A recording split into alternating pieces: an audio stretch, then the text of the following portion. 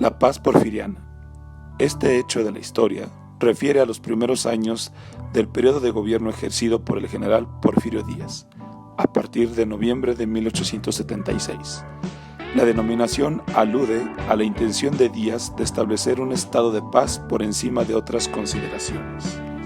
Corría el año de 1876 y en nuestro país se convocaba a elecciones presidenciales, existiendo 3 candidatos. El primero de ellos, Porfirio Díaz; en segundo lugar, Sebastián Lerdo de Tejada; y por último, José María Iglesias. Los resultados de dichas elecciones beneficiarían a Sebastián Lerdo de Tejada, y dadas las incertidumbres políticas bajo las cuales se había dado este evento, el general Díaz se levantaría en armas mediante el Plan de Tuxtepec el 10 de enero de 1876.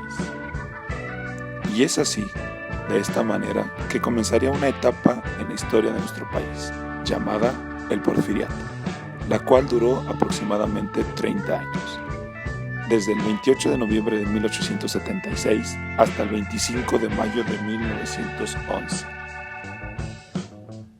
La pérdida de garantías individuales solo son algunas de las consecuencias que se vinieron con el arribo del general Díaz a la presidencia. Sin embargo, logró la sana convivencia entre los gobernadores de los estados, lo que se vio reflejado en un mejor manejo de nuestro país.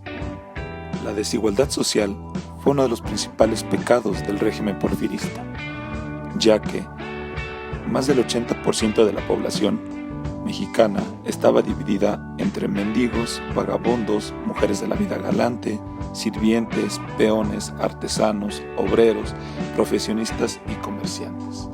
Es decir, solo un 10% de la población pertenecía a ese grupo privilegiado del porfiriato. Reorganización del erario público, crecimiento económico e inversiones extranjeras. Una pieza clave durante el gobierno de Díaz fue su grupo de políticos más cercanos, a los cuales la sociedad denominó los científicos.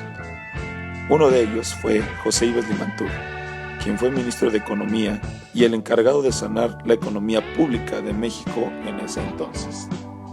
Gracias a la inversión extranjera, las principales ramas productivas de nuestro país mejoraron y comenzaron a crecer de una forma sin precedentes. Los capitales ingleses y franceses fueron los que alimentaron principalmente nuestra economía. La industria recibió un impulso enorme, ya que pequeñas fábricas de sombreros de fieltro, aguardiente, cerveza y textiles crecieron de manera muy significativa. La agricultura también tuvo crecimiento con la siembra y cosecha de diversos frutos en grandes haciendas. Las más importantes se encontraban en Yucatán, las llamadas haciendas henequeneras. Sin embargo, los trabajadores de estas haciendas eran obligados a trabajar en condiciones insalubres y en pésimas condiciones de vida. El surgimiento de la clase obrera y la nueva clase media urbana. Con la llegada de las grandes capitales invertidos en las industrias, comenzó el fenómeno del nacimiento de una nueva clase social, la clase obrera, que hasta ese entonces no existía en nuestro país. Con el paso del tiempo, se empezaron a distinguir de otras clases, lo que permitió el surgimiento de esta clase obrera, y con esto la unión entre estas, para que con el paso del tiempo se organizaran y pudieran obtener derechos laborales. Dichas organizaciones iban a ser conocidas como grupos mutualistas. Si lo queremos ver reflejado a nuestros días, los grupos mutualistas serían los sindicatos actuales, los cuales sabemos que son grupos políticos, laborales, encargados de defender los derechos de los trabajadores y de los obreros. Rebeliones rurales y bandolerismo.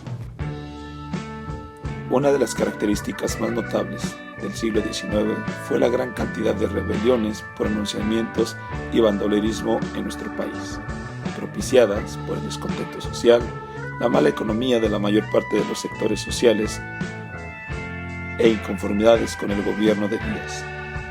Dicha inestabilidad social, política y económica dieron como resultado el bandolerismo, el cual muchas veces era producto de la necesidad de algunos grupos que eran desfavorecidos económicamente, y por otro lado, en venganza a determinados grupos políticos.